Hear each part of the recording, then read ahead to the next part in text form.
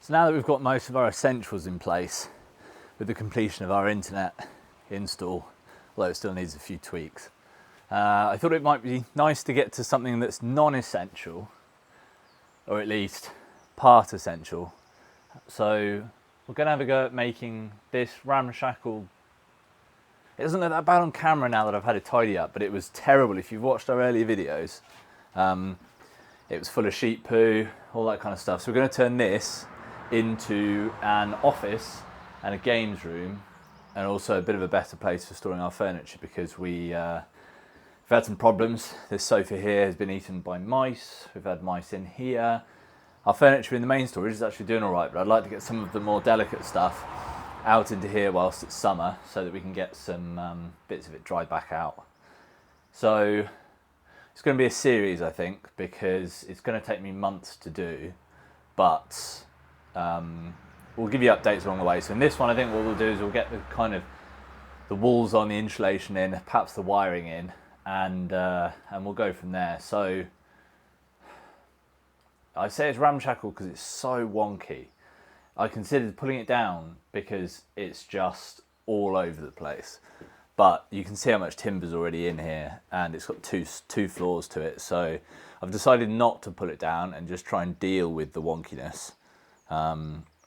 But it was close. It was close between pulling it down and keeping it. So this bit's going to be office side. I've been getting in here for ages just by removing a panel on the wall. So we're going to put a doorway in. We've started cutting that. That's going to be over there so that we can enter through the workshop. And then we've got a second half over here. I suspect this was made to be some kind of glamping thing for the owner. The guy who owned this plot before us was, I think, planning on this just being a bit of a getaway rather than his main residence. But the way that this is designed feels a little bit like a cabin built by somebody who doesn't own a spirit level or a square. But up here, this is the upper floor, which is going to be our sort of beanbag TV games room. There's windows or window holes just there, and then there's another two over here. So I suspect they plan this on being a kind of sleeping area, and then down here being the living area. But we're going to turn it into an office and a games room. We've got some cool bits planned. Like I said in the last video, I've got a nice set of stairs that I'm going to try and make here to store all our books, because we've got tons and tons of books. So yeah, first job I think is to get this door cut and in, so that we've got somewhere to access without leaving the whole side open, so that every mouse in the area can come and have a feast on all the bits we've got in here.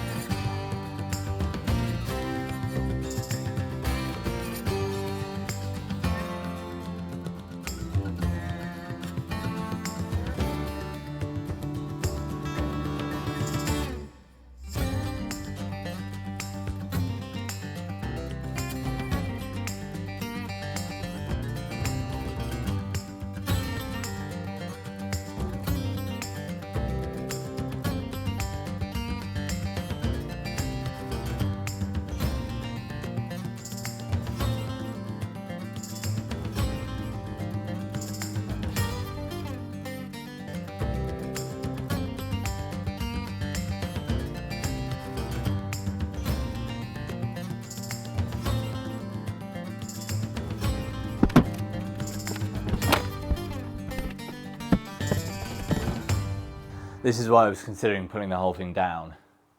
This doorway here is mostly like 99% level on all axes, and it's like, that's the gap at the top, that's the gap at the bottom, and then if you look this side, that's tight up that side, there's a big gap there, that's how far off it is. It's just, that's how wonky this structure is, but it's just, I mean, it's too much work to pull this down and rebuild it. So it's not going to be a super fine quality office, because it's just so wonky that if I spend all the time trying to make it beautiful, then it's just, I mean, I suppose I could make it a bit Picasso, couldn't I, all over the place, but yeah, there we go.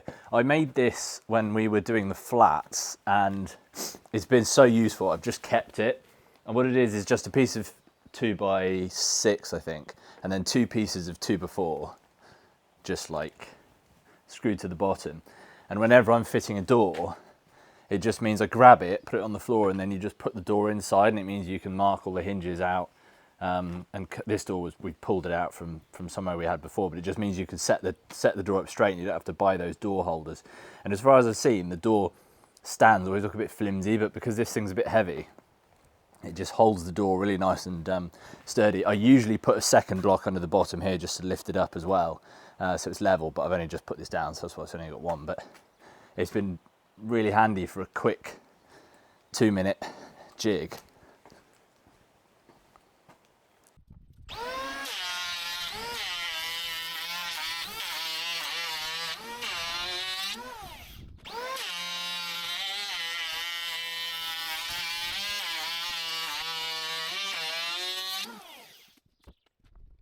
I find that when I'm using one of these on a door, well, on any piece of wood really, when you get to the end, can you see underneath there's the blades there?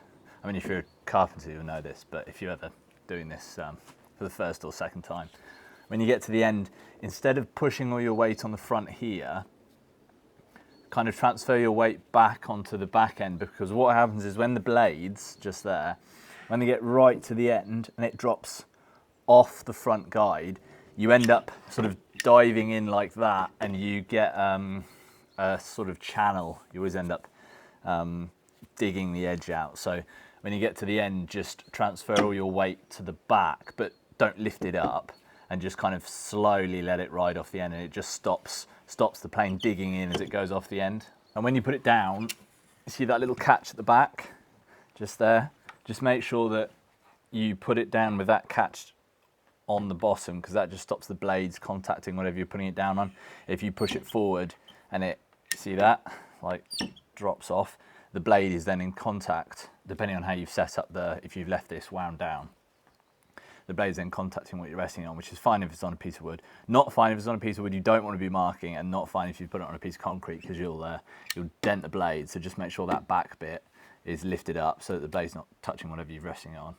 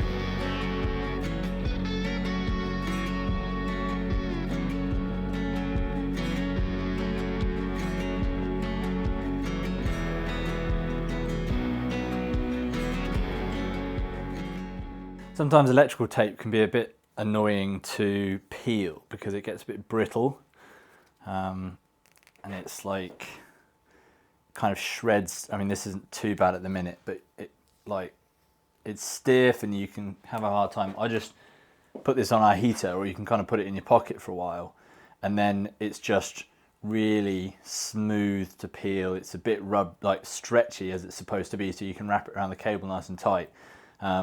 But cold electrical tape is something that's just really annoying to deal with. I'd like to try and keep the cost of this as low as possible, so I've raided my parts bin of previous projects that we've done. So we're going to have odd lighting and odd sockets. We're going to have chrome, we're going to have plastic, we're going to have recess, we're going to have surface mount. So I'm trying to use up all my extras. So what have we got here? We've got some super cheap white plastic ceiling roses. We've got a Plumen pendant, which is a lot nicer than the others, but still just a pendant.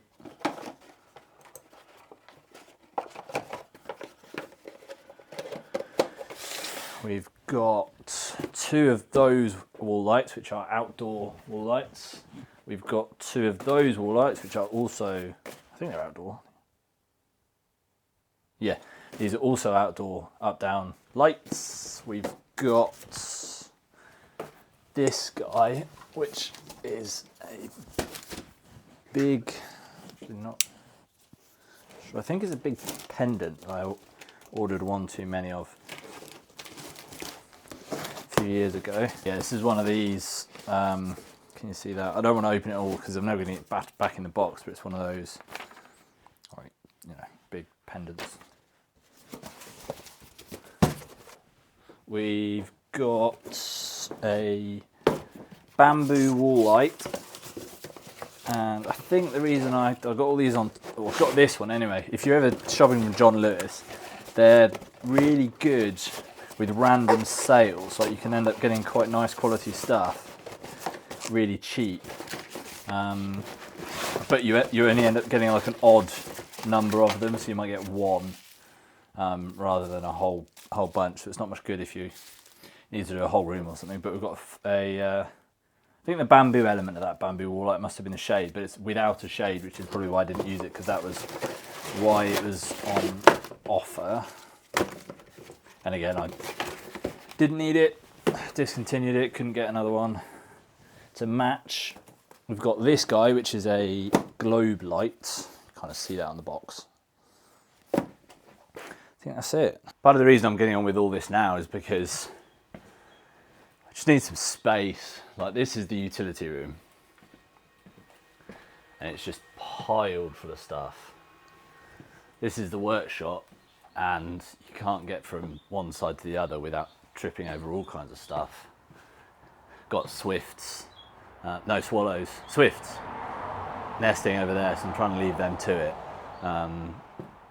But I need to get some of the stuff from storage into the office in order to free up some space to get some stuff from the utility room into storage, to then move the stuff from the work. You know, I just need places moved everywhere, and then eventually it's going to be a bit tidier. It doesn't matter too much right now because it's summer, so I can do a lot of the workshop stuff outside. But I'd like to spend the summer getting it ready for winter, so when winter comes around, I've got somewhere to work out of the rain. But I've got the lighting all first fixed. We've got the sockets all first fixed. Now it's time for some insulation and some boards.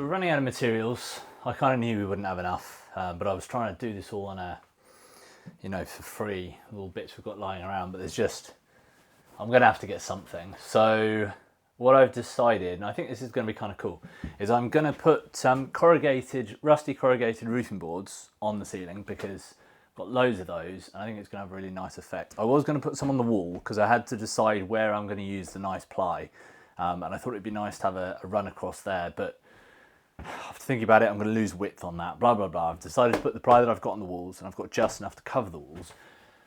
But I thought it might be nice to try and add a bit of edging on the roof, the ceiling. So I've added these strips here because I had the strips and I've ripped them down, because then the rusty corrugated roofing panels can, you don't have to butt it right up to the edge. It can give a bit of a border, so it should look a bit nicer. But this side here, see what we're dealing with, is kind of hard to get it to work. Maybe you can see that a little bit. That gap there in the middle is about 20 millimeters, maybe near an inch. And at either end it's touching. So how are we going to get around that? Firstly, it's too short anyway, so I'm going to have to cut it in the middle. But because it's curved, it's going to be such a dodgy angle once we've cut it. So this is how you cut angles that aren't exact in corners, and also how you would make sure that that angle was tight without kind of manually measuring it. So I've done this one over here. That corner's not 45. I've cut it at 46 because when I checked it with the square, it's slightly over 90. All right, I actually cut this shorter so that I can get in a bit easier than I could before. So slot it behind here like that, so we know it's going to go in there. Push that up tight. Now you need a sharp pencil, or if you don't have a sharp pencil, a knife is actually better. And you just score along that edge, and now you know that whatever this angle is, if you cut that to that line you've just done, it's going to be a lot better than if you had tried to measure it or done it another way.